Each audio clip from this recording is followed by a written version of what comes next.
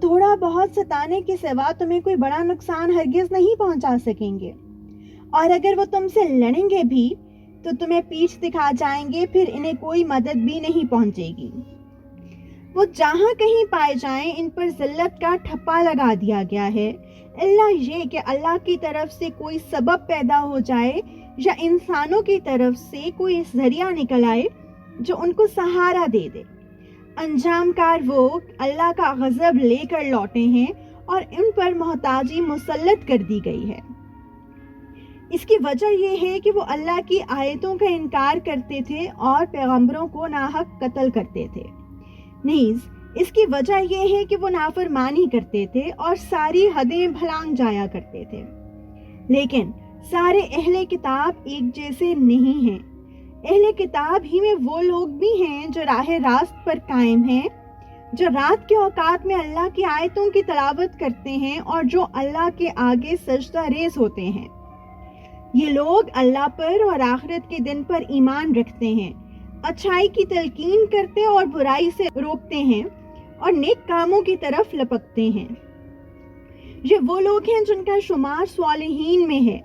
وہ جو بھلائی بھی کریں گے اس کی ہرگز ناقدری نہیں کی جائے گی، اور اللہ پرہیزگاروں کو خوب جانتا ہے۔ اس کے برعکس جن لوگوں نے کفر اپنا لیا ہے، اللہ کے مقابلے میں نہ ان کے مال ان کے کچھ کام آئیں گے نہ اولاد۔ وہ دوزخی لوگ ہیں، اسی میں ہمیشہ رہیں گے۔ جو کچھ یہ لوگ دنیوی زندگی میں خرچ کرتے ہیں، اس کی مثال ایسی ہے جیسے ایک سخت سردی والی تیز ہوا ہو جو ان لوگوں کی کھیتی کو جا لگے جنہوں نے اپنی جانوں پر ظلم کر رکھا ہو اور وہ اس کھیتی کو برباد کر دے۔ ان پر اللہ نے ظلم نہیں کیا بلکہ وہ خود ہی اپنی جانوں پر ظلم کرتے رہے ہیں۔ اے ایمان والو، اپنے سے باہر کے کسی شخص کو رازدار نہ بناؤ۔ یہ لوگ تمہاری بدخواہی میں کوئی کسر اٹھا نہیں رکھتے۔ ان کی دلی خواہش یہ ہے کہ تم تکلیف اٹھاؤ۔ بغض ان کے منہ سے ظاہر ہو چکا ہے، اور جو کچھ عداوت ان کے سینے چھپائے ہوئے ہیں وہ کہیں زیادہ ہے۔ ہم نے پتے کی باتیں تمہیں کھول کھول کر بتا دی ہیں، بشرطے کہ تم سمجھ سے کام لو۔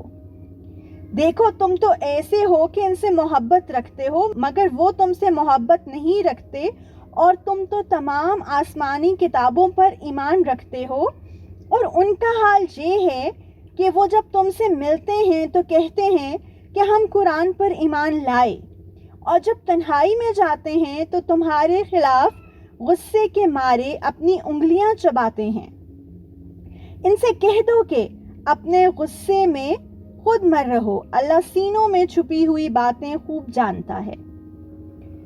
اگر تمہیں کوئی بھلائی مل جائے تو ان کو برا لگتا ہے، اور اگر تمہیں کوئی غضن پہنچے تو یہ اس سے خوش ہوتے ہیں۔ اگر تم صبر اور تقوی سے کام لو تو ان کی چالیں تمہیں کوئی نقصان نہیں پہنچائیں گی۔ جو کچھ یہ کر رہے ہیں وہ سب اللہ کے علم اور قدرت کے احاطے میں ہے۔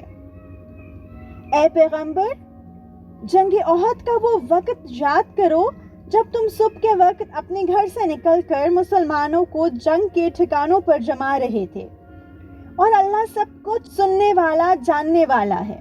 جب تمہیں میں سے دو گروہوں نے یہ سوچا تھا کہ وہ ہمت ہار بیٹھیں، حالانکہ ان کا حامی و ناصر اللہ تھا، اور مومنوں کو اللہ ہی پر بھروسہ رکھنا چاہیے۔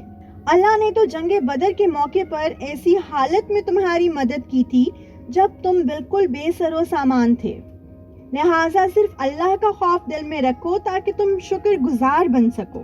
جب بدر کی جنگ میں تم مومنوں سے کہہ رہے تھے کہ کیا تمہارے لیے یہ بات کافی نہیں ہے کہ تمہارا پروردگار 3000 فرشتے اتار کر تمہاری مدد کو بھیج دے؟ ہاں، بلکہ اگر تم صبر اور تقوی اختیار کرو اور وہ لوگ اپنے اسی ریلے میں اچانک تم تک پہنچ جائیں تو تمہارا پروردگار 5000 فرشتے تمہاری مدد کو بھیج دے گا جنہوں نے اپنی پہچان نمایاں کی ہوئی ہوگی۔